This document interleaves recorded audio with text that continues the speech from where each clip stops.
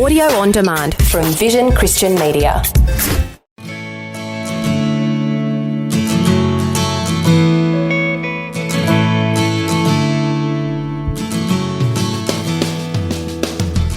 We're all impacted by modern slavery. There's so many things that in supply chain that have been used or made overseas that people have been exploited in that production of items. When I start to think about the problem being here, it just has different levels for me. And I'm thinking, now we have a responsibility. Every child deserves to feel safe, loved and accepted.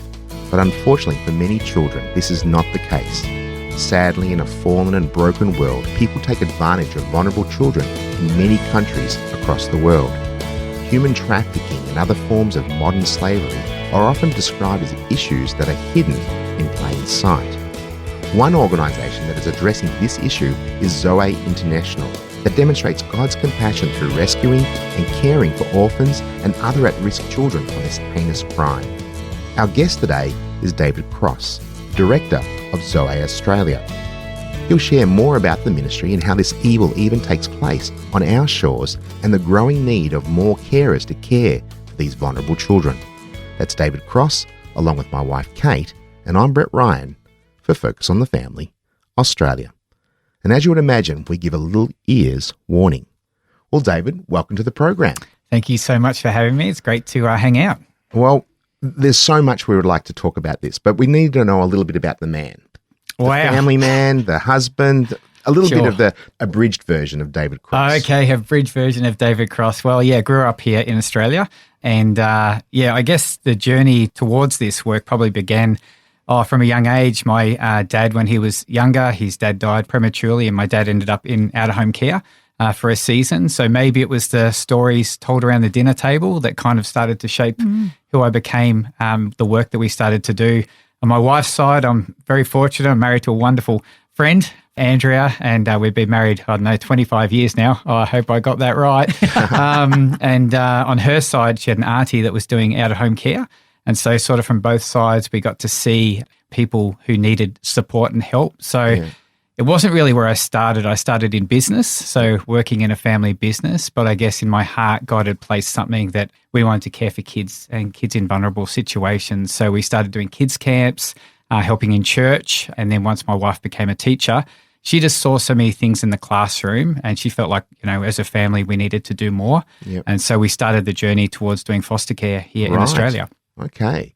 Did you have your own children? No, so we weren't even married a year when we applied. And so foster care, the organisation we contacted said, okay, settle down.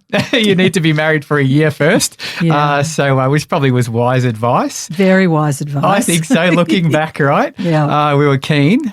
So then by the time we were married a year, then got back around to it and then started doing our training. We'd probably been married a few years at that point, right. So before having our own kids. And what was the thing that was from foster caring to Zoe? Well, so I guess what we saw this issue in Australia, we were in church one day, we had a guest speaker at church on a Sunday night and they talked about this thing called human trafficking.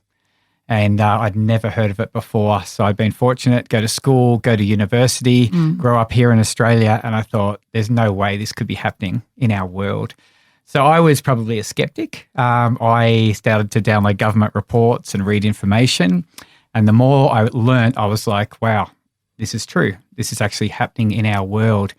And so that took us on a journey. I remember being in church one Sunday and we were singing that Hosanna song. And it says, break my heart for what breaks yours. Yes. Everything I have for your kingdom cause. You've got to be careful what you sing in church. Right? Yeah, because you are making statements, promises, commitments.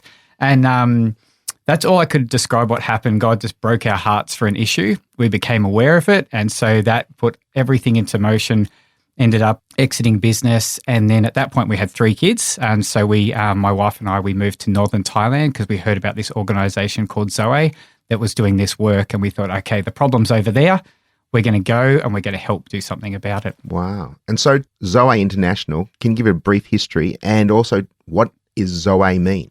Oh, yeah, it's a great question. So Zoe means life. So verses like John 10:10, the thief comes to kill, steal, and destroy. But Jesus said, I've come that they may have life and have it abundantly. And that abundant, flourishing life is what we believe for every single person. So our mission at Zoe is to reach every person. We are a Christian organisation. We're about sharing the gospel with people that have never had the opportunity to hear about the love of God. And the second objective is to rescue every child. So that is working alongside law enforcement to find kids that are enslaved or children that are at risk of being trafficked or enslaved, and then also care for orphans. Orphans are some of the most vulnerable people in our world.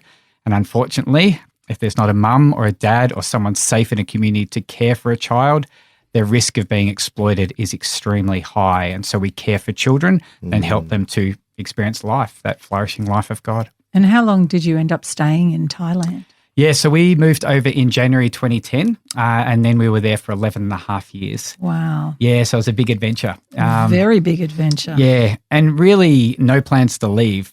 We weren't like thinking about it every year. We felt like God called us to go, and so unless God changed or said something different, we were very committed to staying. So, yeah, I mean, I got to be honest, I'm a bit surprised that we're back in Australia now. Yeah. Okay, so what happened to bring you back to Australia? 2022, we just felt like God started to shift us, our hearts a little bit. Our aim is you're a missionary or a foreigner, a field worker, your aim is always to train up local people that will continue to do your job. Your aim is to make yourself redundant. Yeah. So you're never thinking I'm here for life. You're always thinking who else can be trained up. But then 2022, we're in church and in the middle of all the pandemic mess, and we felt like God was saying it's a year of open doors. And he used that verse in Isaiah, I'm about to do something new. Don't you see it? So we started to feel, there's something new happening. I thought, maybe he'll send us to Japan to support our work there. Never thought it was going to be Australia. But then God started to confirm the word that he said was the work is not done. It's just begun. Take what you've learnt and take it back to Australia. Yeah, well, I love that you say that, because looking at the statistics in Australia, where there's 41,000 individuals living in modern slavery in Australia. So you thought the problem was over there initially. Yes. When you go, we're going to Thailand because that's where the problem is. Yep. And God calls you back to Australia. Can you talk about what even modern slavery is? Yeah, absolutely. And that statistic I didn't even know when we came back to Australia. At that time, reading government reports, they'd say, 1,900 people in modern slavery in Australia. But then the more research that was done, the Australian government now uses that figure of 41,000 people today in modern slavery in Australia. And so what is modern slavery? Yeah, so modern slavery is human trafficking. So human trafficking both with adults and children, forced marriage, slavery and slavery-like practices. So it's basically when someone is controlling another person's life. When we think about a child, it's someone using them often for profit. So they're using them for the purpose of exploitation. Right. So when it comes to children, it's generally in things like forced labour, forced marriage, and generally including forced labour is sexual servitude. And that's a very common thing that we see, unfortunately, with our work globally. It's hard to even fathom that that's happening in a first world country. Yeah, and that's the thing. Human trafficking happens in every single country of the world. We're all impacted by modern slavery. We're impacted both through the products we buy. There's so many things that in supply chain that have been used or made overseas that people have been exploited in the production of items. But then to think that it's actually happening here in our country, that's when we start to look at it. And I think it's easier to talk about a problem over there. Yeah. Yes. And I was the same, right? I hear about it. I'm like, hey, I'm going there because that's where the problem is. The problem's in Southeast Asia. Now, as an Australian who was born here, when I start to think about the problem being here, it just has different levels for me. And I'm thinking, well, this is interesting. Now we have a responsibility. And this is like that song, now that I've seen, I'm responsible. And it quotes from James, right? Faith without deeds is dead. So part of it is being aware of it. And now it's like, now what do we do to try and solve and get involved in this problem here in Australia? Yeah. I'd imagine our listeners are just leaning in right now because they're thinking, surely this is not happening in our own backyard. It's terrible it was happening overseas, but you've been, not just a theorist. You had the heart, moved your whole family to Thailand, but have returned because the problem exists here in Australia. Yeah. And God's so kind if God had said us, hey, I'm going to show you this thing, you're going to move over there, then you're going to move back, you'd be like, oh, this is all too much. But we were very fortunate that we've had a chance to be a part of this work overseas and learn so much. We've learnt so much about how to help children heal from trauma. Yeah. That now when we're now back in this work in Australia, it's hard going at the moment. It's going to take time because most people aren't thinking that there is an issue here. Yeah. And even the Australian government's focus at the moment is more in labour with adults and forced marriage. Yeah. But globally, when you think about children globally who are enslaved, of all the slavery cases, a third of all the people who are enslaved are children. So if we start just applying that statistic and we say, okay, there's 41,000 people in Australia, globally, a third are children. So if that statistic lines up here in Australia, we're talking about a lot of children here that right now are victims of modern day slavery. Yeah. And so this is going to require a significant response of how do we step towards this and how do we help these children. Well, just tell us a little bit more about the work of Zoe International and what you were doing. We don't want to go into great detail because I think people can use their imagination, but you know how you and Andrea coped with this the trauma, heinous really. crimes that take place, but then coming through and seeing some of the victories, some of the wins. Yeah, and so in our work, we work alongside law enforcement. So our team will sometimes do fact-finding or do tips, and so then law enforcement will do a raid. And so some of our team will go on that raid, our social workers, and some of our team will be doing evidence collection with law enforcement. Now, once that child is removed from harm, that's when the work really starts. I mean, kids come to Zoe with absolutely nothing. So we've got this little space there where kids can go. It's like a shop, and they can go in there and choose like a toothbrush. And they get to pick the colour, and they'll get like a little teddy bear to cuddle. And some of the kids will take it and they'll pause and they'll be like, oh, can I keep this? Is this mine? Yeah. And you start to see this slow thinking of like, this is the first thing this child's ever owned. Mm-hmm. So the process of healing for a child, it's not linear. It goes up and down like a roller coaster. But we see some kids that will come and they're starving because they've been treated in a way like animals. They'll guts their food like crazy to the point they'll start vomiting. And then they realize, okay, another meal will come at lunchtime. Another one will come at dinner, and just regulating that is the very first step in helping them to begin to heal from trauma. Now, another child will see that bowl of food and they're like, I ain't touching that. I'm not having anything that you give me, because they've been part of a system where everything in their life has had strings attached. So they think if I take something from you, that means you're going to force me to do something with the client. It's transactional. Yeah. So every child is different, but you just slowly start to see this decompression, and the first 24 hours is rough. The first week can be challenging. The first 6 months can be a bit of a up and down, but you slowly start to see kids heal. I mean, I've sat in a room with an expert telling me that kids that have this level of trauma will never heal and they'll never get better. God can do anything. Exactly. And God can do the miraculous. I've seen kids that are walking around and, you know, they look like that cartoon with the rain cloud over their head, always looking dark in their face. And I see them have this overnight transformation where they've suddenly the light bulb's gone off and they realise that they're loved. They realise that they're cared for. I've seen kids. They feel safe. They feel safe. And I've seen kids go on a journey with God that I'm like, this is amazing, because God can heal the human heart. And he just does miracles. Yeah. Our guest today is David Cross, the director of Zoe Australia, and you're listening to Focus on the Family, Australia.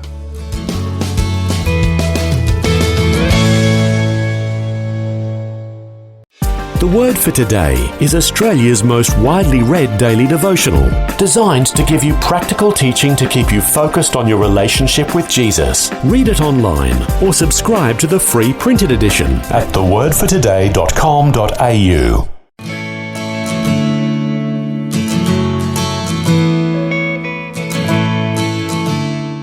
Welcome back. We're speaking with David Cross, the director of Zoe Australia, a ministry that addresses human trafficking. And you're listening to Focus on the Family, Australia.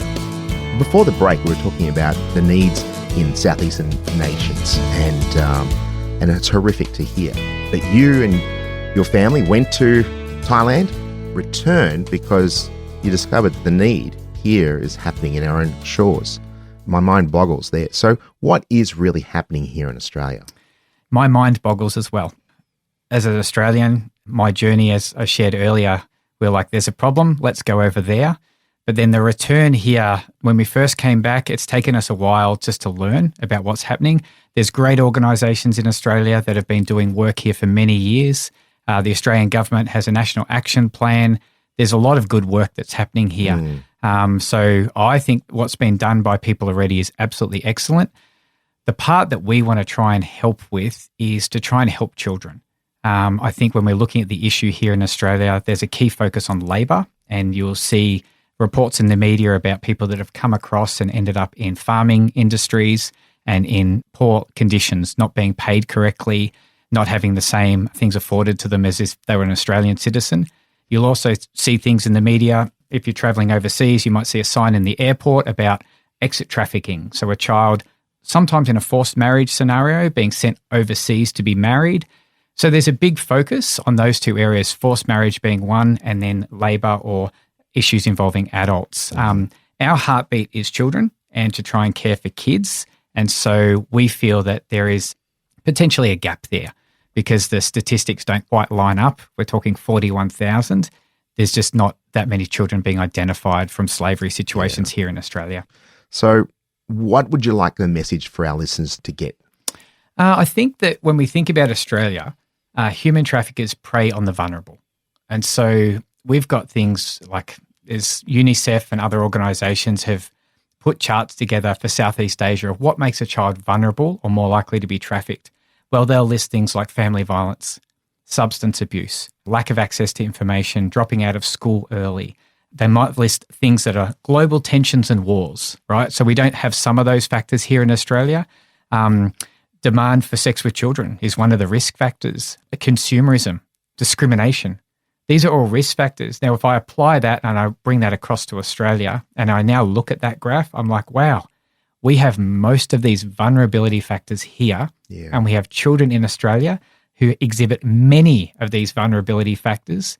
So if we have vulnerable children and we have people that want to exploit or hurt children, it's not like Australia doesn't have people that have been convicted of crimes against children, especially sexual crimes. So we have that here.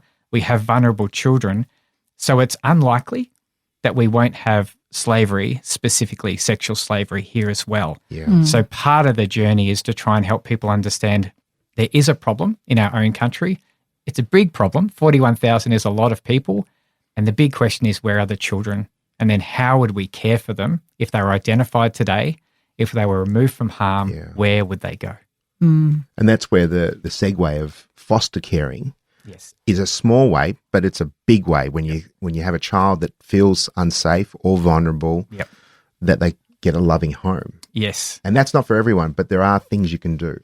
100%. And as a carer, as someone who takes a child who's had challenges into their home, God places the lonely in families. And so if a child can come into a safe home and be cared for in a family, a foster family, then that child, the vulnerability factors start to drop exponentially. The challenge we have in Australia is that the number of foster carers continues to drop in this country. Personally, when I go and speak at different churches, I don't find many Christian foster carers. And so that's a surprise to me that we don't see that more in our churches. For people who've never done this, what kind of support do they get? Because they'll go, I don't know how to deal with a child with trauma. You know, I've never experienced it, or to a very minor level in comparison. So I take this child into my home, then what? Yeah, absolutely. No, it's a great question and a conversation to have. So the kids that you're most likely to receive or care for in foster care have experienced significant trauma, all different forms. So I can't speak for every case. As a carer, I mean, we did respite care when we first started, and that's a great way to start. And respite care is for like a weekend. Yeah, weekend visits. So we had a young girl who lived with grandma, and so grandma was getting older, and grandma every now and then just needed a break. So we were able to be part of her support network. Her granddaughter would come to us for a weekend, for a week, things like that. That's quite an easy kind of way that we did it. Dipping your toe in the water. Yes. So cases like that are straightforward. It helps to support a family, which is really good. And so respite can do that. Respite is supporting a child who's in care. We did other cases where were way more complicated. And, you've got court hearings, you've got all sorts of things that really, really disruptive for a child. You do access visits, so they might have visit with a parent or a biological family member. But as a potential carer, you definitely want to do as much as you can, as much reading as you can, learn about trauma, learn about how trauma affects the brain. And you do have to go into it not thinking that you're going to get anything out of it. So even with our work in Zoe in Thailand, I mean, it's a great misconception that people think, oh, that child's going to be so grateful. Yeah. They rescued me. It's not that journey. That child's dealing with trauma. So their responses may not be, oh, thank you so much. This is so lovely that you've opened up your home.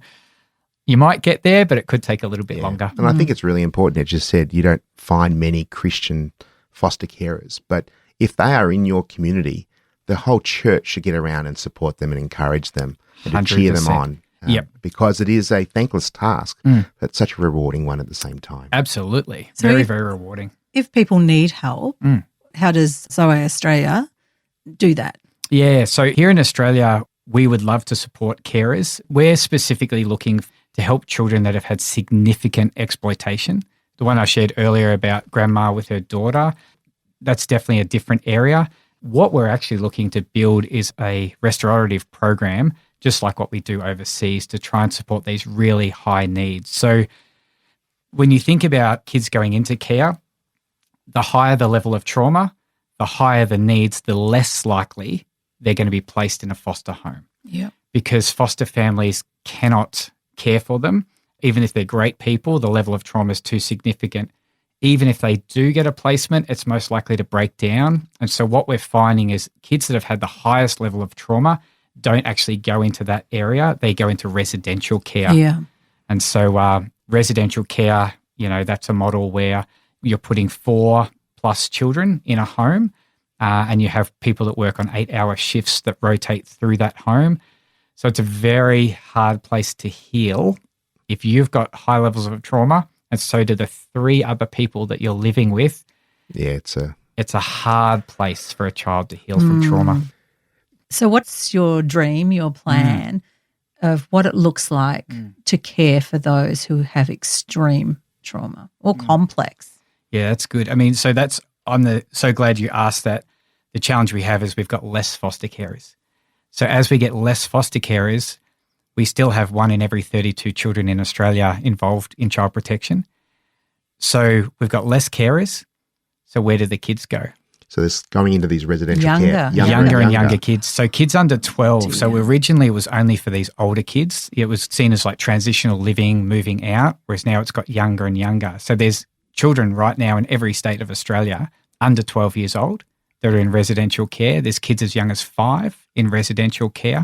So when you start thinking this through, this is where the big gap is. Yep. And they're going to be even more vulnerable in an environment that is not necessarily safe. Yes. And so it perpetuates them. And it's harder then, right? That child's growing up in that environment. And then as they get older, their trauma and the behaviours from that is more complicated. So now we're seeing, when kids are in out-of-home care, only a quarter of those kids finish year 12. 52% of kids that enter residential care end up with a criminal record within 2 years. So this is where we need more people in Australia to step towards foster care, early intervention, even for these younger children, so that we don't create this pathway that leads to exploitation. And that's what Zoe wants to do, is to achieve and intervene and help support those who put up their serving hand and say, I want to get involved. Yeah, absolutely. So I think it's all about building a community who can support a foster family. So if you're in church right now and you know of a family, it'd be great to have a conversation with them. What do they need? Is there anything you could do to provide extra support to make them feel less isolated, less lonely? Because it's a bit of a lonely space. Things that you could do as a family, you'd be like, oh, we're going here, and you can invite them and create organic relational connections, because that child is going to need relational connections, because kids heal from trauma through safe and supportive relationships. So this is the pathway. That's so and this is where the church is so important. Yeah. Church is good at this. We're good at relationships with home groups or cell groups or life groups or whatever the right terminology is. Everyone's huddle. Every church has got a different name for that little gathering of people during the week. Things like kids ministry programs that are run, they're great. Kids ministry both gives an opportunity for kids to learn, and the same point, it gives the carer a break. So it's kind of a win-win. And then they move into youth ministry. Again, supportive adults. So you're wanting to break isolation. You're wanting to build a community of people that can support a family and a child. And if we do that, then we're going to see kids heal from trauma, and that's life, right? Yeah. That's Zoe life. And that's where we'd love to see the church become the answer to a blight on society in general. The church is the answer. Yes. Community for people to come alongside them and address a very important issue in our culture today. Yeah, and it's a solvable problem. It's one of those areas when you think about 46,000 children in out-of-home care, and you think about the number of kids that are entering into residential care because there's not enough foster families. You think about how many churches we have in Australia, how many families are represented within that church. You don't need 100% of them to get involved, even if there was a couple. Yeah. Two per church. And then the community can wrap around those two and do it well. And then all of a sudden, that family feels supported and loved and connected. And then we'll shift the whole narrative here in Australia. That's so good. Well, thank you, David, for being our guest today, and for you and Andrea doing this incredible work. If you'd like to find out more about Zoe Australia, you can go to their website at gozoe.org.au. And if you'd like to find out more information about fostering, you can visit our website at families.org.au. On behalf of the Focus team, Kate and myself, Brett Ryan, we look forward to you tuning in again for another edition of Focus on the Family, Australia.